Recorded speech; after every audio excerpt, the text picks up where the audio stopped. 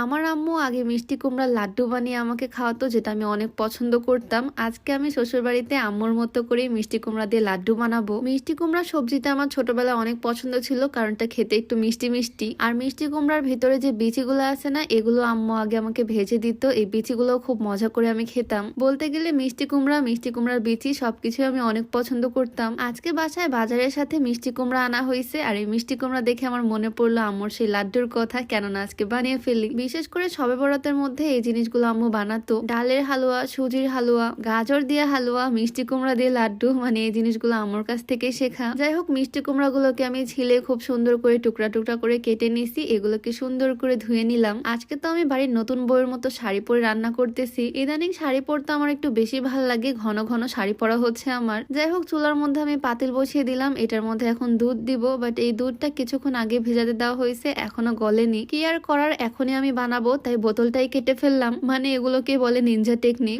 একটা বোতল গেল তো কি হয়েছে, দুধটা তো বের করতে পারলাম। এখন এটা খুব সুন্দরভাবে গলে যাবে পাতিলের মধ্যেই। আমি এই দুধটা কিছুক্ষণ জাল দিয়ে ঘন করে নিচ্ছি। এই মিষ্টি কুমড়ার লাড্ডু রেসিপিটা না খুবই ইজি, মানে বেশি উপকরণও লাগে না আর খুবই কম সময় লাগে এটা বানাতে। জাস্ট কিছুক্ষণ দুধটা জাল করে নিলাম, আর এখন এর মধ্যে দিয়ে দিব সেই ধুয়ে রাখা মিষ্টি কুমড়া গুলো। এইটাই আসলে মেন কাজ। এখন এই মিষ্টি কুমড়াটা দুধের মধ্যে থেকে সিদ্ধ হবে। আমার মাঝে মাঝে এরকম স্পেশাল রান্না করতে বেশ ভাল লাগে, আর বাসা সবাইকে খাওয়াই, সবাই অনেক পছন্দ করে। রেগুলার ভাত তরকারি তো রান্না করা হয়, সবাই খায়, বাট এই জিনিসগুলো মাঝে মাঝে করতেও ভাল লাগে, খেতেও ভাল লাগে। তো নাড়াচাড়া দিয়ে ঢাকা দিয়ে কিছুক্ষণ সিদ্ধ করে নিলাম। আর এই মিষ্টি কুমড়াটা খুব তাড়াতাড়ি সিদ্ধ হয়ে যায়। এখন জাস্ট এগুলোকে চুলার মধ্যে ম্যাশ করে নিব। মেইন কাজটাই কমপ্লিট, এখন হালুয়া বানানোর প্রসেসটা শুরু হবে। আর তার আগে তোমাদেরকে একটা ইম্পর্টেন্ট জিনিস দেখিয়ে নেই, সেটা হচ্ছে এলিট কর্পোরেশনের পাইলস কেয়ার সফট ড্রিঙ্ক। বর্তমানে এই পাইলসের সমস্যাটা একদম ঘরে ঘরে, অনেকে হয়তো লজ্জায় শেয়ার করতে পারে না। অনেকের ফ্যামিলিতে একই অবস্থা, বাবা মায়ের সমস্যা। এই সফট ড্রিঙ্কটা দিনে 2বার খাওয়ার মাধ্যমে কয়েক দিনের মধ্যে রিল্যাক্স ফিল করায়, আর কয়েক সপ্তাহে এটা একদম ভিতর থেকে নির্মূল করে সমস্যাটাকে। আর এটার কোনো সাইড এফেক্টের ভয় নাই, কারণ এটা বাংলাদেশের সায়েন্স ল্যাবে পরীক্ষিত আর বিএসটিআই কর্তৃক অনুমোদিত।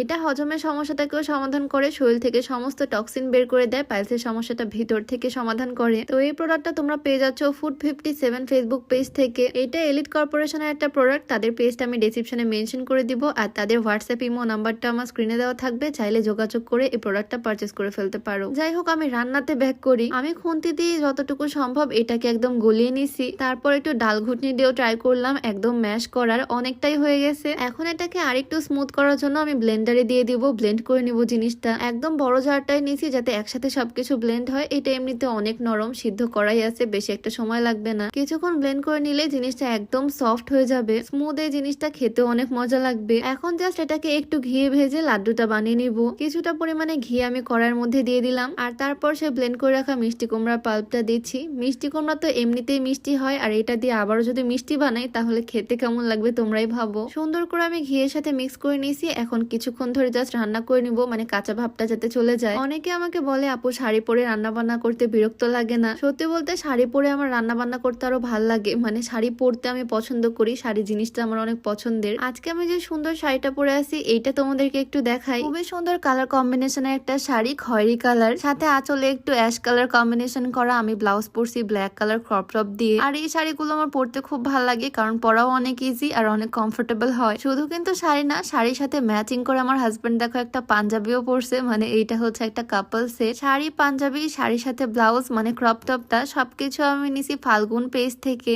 ফাল্গুন পেজটা আমি ডেসক্রিপশনে মেনশন করে দিব, চাইলে তোমরা ভিজিট করে আসতে পারো। আমি তো শাড়ি পরে বেশ ভালোই কমফোর্টেবলি রান্না বান্না করতে পারি, মানে সব কাজই করতে পারি। তো এদিকে ঘিয়ের মধ্যে আমি মিষ্টি কুমড়ার মিশ্রণটা দিছি, অল্প একটু চিনি দিয়ে নাড়াচাড়া করে নিলাম, আর তারপর দিলাম অল্প একটু গুঁড়া দুধ। সব মিলে কিন্তু ফ্লেভারটা দারুণ আসবে। কিছুক্ষণ নাড়াচাড়া করার পরে এটা অনেকটা ঘন হয়ে গেছে। এখন জাস্ট এটাকে ঠান্ডা করার পালা। কিছুক্ষণ ঠান্ডা করে নিলাম, হাতের মধ্যে একটু ঘি মাখিয়ে নিছি। এখন জাস্ট এগুলোকে লাড্ডুর শেপ দিব। চাইলে হালুয়ার মতো চামচ দিয়েও খাওয়া যাবে, আবার চাইলে প্লেটের মধ্যে বিছিয়ে দিয়ে কেটে কেটেও খাওয়া যাবে। মেইন কথা এই জিনিসটা খেতেই মজা, যেভাবেই খাওয়া হোক না কেন। আমি লাড্ডুর শেপ দিছি, আর তারপর একটু গুঁড়া দুধের মধ্যে গড়াই নিলাম। এখনো অনেকটাই নরম আছে এই জিনিসটা। আমি জাস্ট 2-1টা বানালাম এখন, দেন একদম প্রপারলি ঠান্ডা করে আমি সন্ধ্যার পরে সবগুলো লাড্ডু একে একে বানিয়ে ফেলছি। এই জিনিসটা কিন্তু এমনিতেই খেতে অনেক মজা, একটু মিষ্টি শেপ দিলে দেখতে ভাল লাগবে, সেই জন্য এভাবে করা, মানে লাড্ডু করা। এই তো এখানে আমার 1 প্লেট মিষ্টি কুমড়ার লাড্ডু একদম রেডি। এখন এটা টেস্ট করার পালা। আমি নিয়ে চলে আসলাম আমার হাজবেন্ডের কাছে। মিষ্টি জিনিস 1 প্লেট যদিও খেতে পারবে না, 1টা 2টাই ট্রাই করে দেখো। আমি রান্না করার সময় একটু চেখে দেখছিলাম, আমার কাছে তো ভীষণ মজা লাগছে, একদম আম্মুর মতোই হয়েছে।